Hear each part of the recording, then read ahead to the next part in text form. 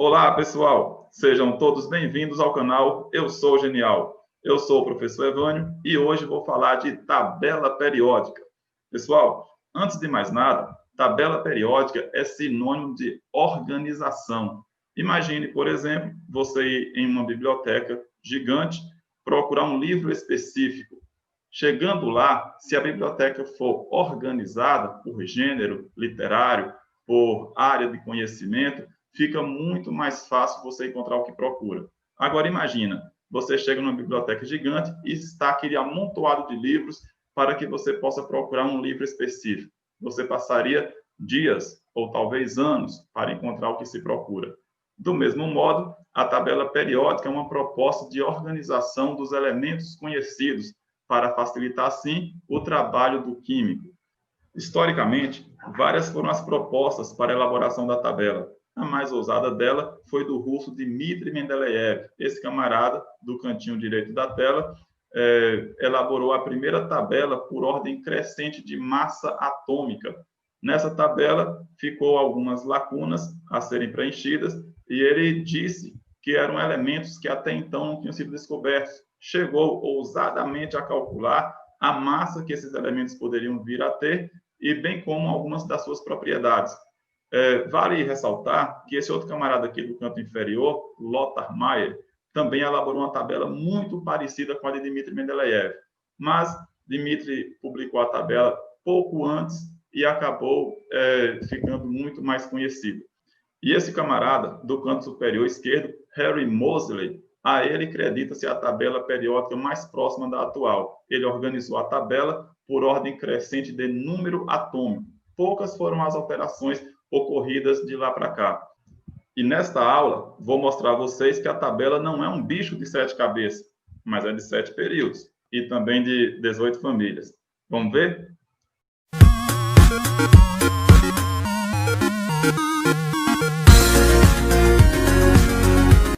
Bom, pessoal, essa é a nossa tabela periódica. Ela é dividida em algumas regiões, as quais vou apresentar para vocês a partir de agora. Veja que ela é formada por 7 linhas na horizontal, 1 até 7. Esses são os períodos da tabela periódica. Observe que nós temos 2 períodos desmembrados da tabela, mas subtende-se que eles estão aqui, e já já eu explico o motivo para vocês. Ela é dividida em 18 grupos, de 1 a 18. Cada grupo desse aqui, essas colunas nas verticais, são também chamados de famílias. Observe que a tabela tem 2 famílias aqui no início, 2 famílias na parte superior, e nós temos mais 6 aqui do lado direito. Tais blocos de elementos são chamados elementos representativos. Esse no centro e essas 2 linhas desmembradas da tabela são chamados elementos de transição. Pessoal, a tabela também é dividida em 4 blocos. Os elementos do bloco S são essas 2 colunas aqui. Todos eles, na sua distribuição eletrônica, têm o seu elétron mais energético no subnível S. Os elementos desta região, dessas 6 últimas famílias, possuem os seus elétrons mais energéticos no subnível P. Daí, ser chamados de elementos do bloco P. Os elementos aqui do centro, todos eles possuem os seus elétrons mais energéticos no subnível D. Daí, os elementos do bloco D. E essas outras 2 tiras aqui, todos eles possuem os seus elétrons mais energéticos no subnível F. Daí, ser chamados de elementos do bloco F. E, por esse motivo, eles foram tirados daqui e colocados aqui, porque aqui, essa região é apenas para o bloco D. O bloco F ficou fora dessa parte, aqui de forma desmembrada. Pessoal, vamos ver mais alguns detalhes. Cada linha dessa, cada período, indica o número de camadas que o elemento possui no total. Isso quer dizer, por exemplo, que o elemento sódio possui 3 camadas, K, L e M. Isso quer dizer também que o frâncio, por exemplo, possui um total de 7 camadas, K, L, M, N, O, P, Q. E assim por diante. Um detalhe para o hidrogênio é que ele está aqui na primeira família e no primeiro período.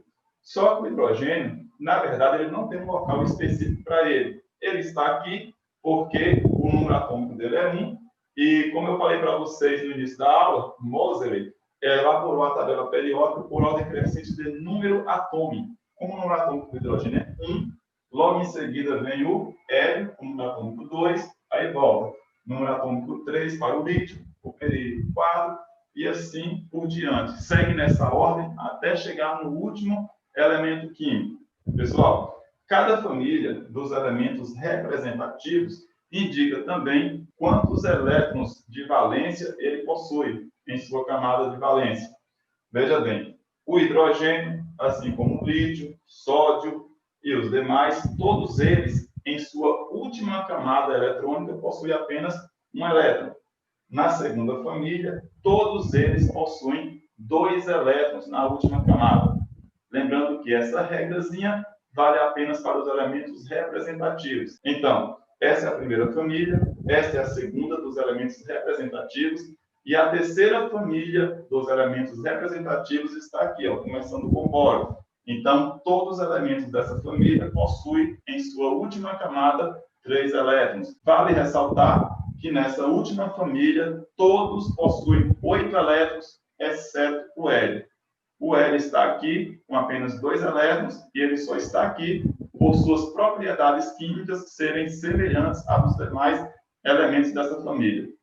Preciso lembrar também que cada família da tabela periódica recebe um nome. Algumas nomes especiais, outras recebem apenas o nome do seu primeiro elemento. O destaque aqui são para as 2 primeiras e para as 3 últimas.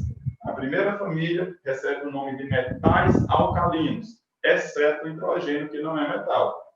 A segunda família recebe o nome de metais alcalino-terrosos. A 16ª família recebe o nome de calcogênios. A 17ª família recebe o nome de halogênios. E a 18ª família recebe o nome de gases nobres. Essa é a mais conhecida de todas. Para os curiosos, halogênios quer dizer formadores de sais, calcogênios, formadores do bronze. As demais famílias recebem o nome do seu primeiro elemento. Por exemplo, família do escândio, família do titânio, família do vanádio, do crômio e assim por diante. Outra coisa que precisamos especificar, as tabelas geralmente vêm com uma legenda. Por exemplo, aqui, ó, indicando onde fica o número atômico. Nesta, por exemplo, o número atômico está na parte superior, bem destacado aqui, em negrito. Cada número desse aqui significa o número atômico. Logo que abaixo existe o número de massa. Outra observação importante é que geralmente na legenda vem os estados físicos em que esses elementos são encontrados na substância mais pura que os contém. Mas, professor, como é que isso vai ser cobrado numa questão? Bem, observe. Em uma determinada questão, poderia ter a seguinte informação. Um determinado elemento classificado como um representativo possui em sua primeira camada um total de 2 elétrons. Em sua segunda camada, possui 8 elétrons. Na sua terceira camada, possui um total de 18 elétrons. E em sua última camada, ou seja, a quarta camada, ele possui apenas 7 elétrons. A pergunta é, qual família esse elemento está situado? E qual o nome dele? Pronto, uma questão simples. Primeiro passo, se ele possui 4 camadas, ele só pode estar no 4º período. Outra coisa, a questão diz que é um elemento representativo, então ele só pode estar ou nessas 2 ou em uma dessas 6 últimas aqui. E aí, a questão diz, na última camada, ele possui 7 elétrons. Aí pronto, galera. 7 elétrons está de acordo com a família onde ele está, pois a família dos elementos representativos indica quantos elétrons ele possui em sua última camada. Então, se na última camada ele possui 7 elétrons, ele só pode estar na família dos halogênios, 17ª família da tabela periódica. Então, veja bem, 4º período está aqui, a família a que ele pertence é a família dos halogênios, e o elemento em questão é o bromo. Então, pessoal, do mesmo modo, poderia perguntar para qualquer outro elemento dos representativos.